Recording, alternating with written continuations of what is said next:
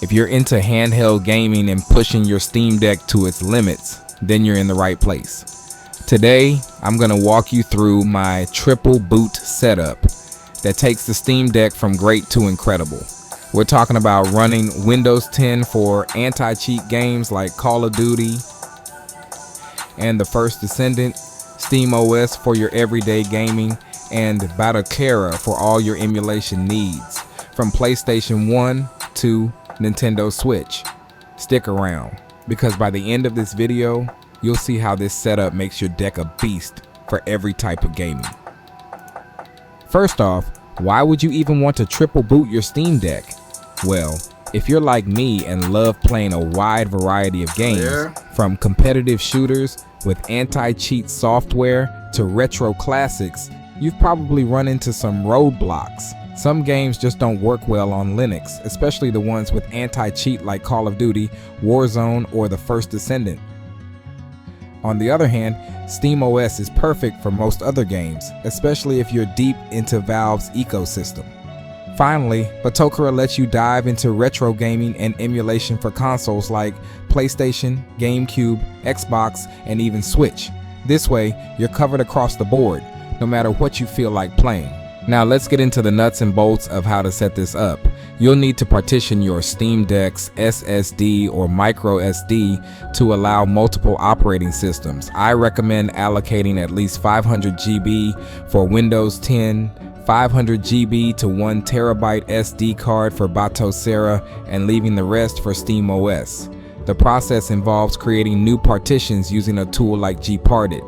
Don't worry, you can easily switch between these OSes using a bootloader like Refind. If you're not familiar with these tools, I'll link some resources in the description to help guide you through it. Remember, when partitioning, always back up your data, just in case. Let's start with Windows 10. This is a must-have if you want to play games with strict anti-cheat software like Call of Duty, Warzone, or The First Descendant. These games just don't play nice with Linux. Once you got Windows 10 installed, make sure to install the Steam Deck drivers so everything works smoothly. Controller inputs, display scaling, battery management, the works. The great thing is, once you're in Windows 10, you're basically using a fully functional gaming PC. You can even run other PC apps like OBS for streaming, making this setup super versatile. Next up, Steam OS. This is the default OS for the deck, and honestly, it's the best for general gaming. Steam OS handles pretty much everything you throw at it, and many multiplayer games without crazy anti-cheat work just fine. I play Blood Hunt and other games directly through Steam OS, and the experience is seamless. Valve's optimizations are top-notch here. Plus, you get the benefit of Proton for running most Windows-based games. So if you're like me and you love switching between AAA games and indie titles, Steam OS will be your go-to. Finally, let's talk emulation with Batocera. This OS turns your Steam Deck into the ultimate retro gaming machine. It handles emulators for PlayStation 1, 3, GameCube, Xbox, Xbox 360, and even Switch games.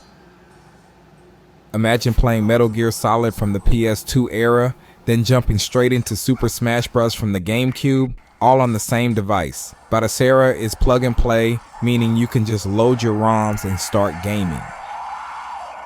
And if you're using a large micro SD card or an external SSD, you'll have all the space you need for your entire collection. It's like carrying a museum of gaming history in your pocket. The beauty of this setup is how easy it is to switch between operating systems. With the bootloader, you just power up your Steam Deck, select which OS you want to use, and you're off. Whether you want to jump into a quick session of Call of Duty, load up Blood Hunt in Steam OS, or vibe with some retro games in Batocera, it's all available at your fingertips. And that's my triple boot setup on the Steam Deck. Whether you're into competitive shooters, casual gaming, or a retro enthusiast, this setup makes your deck an all-in-one gaming powerhouse. If you found this helpful, hit that like button and don't forget to subscribe for more deck content. Let me know in the comments what your ideal Steam Deck setup would look like. Thanks for watching, and I'll see you in the next video.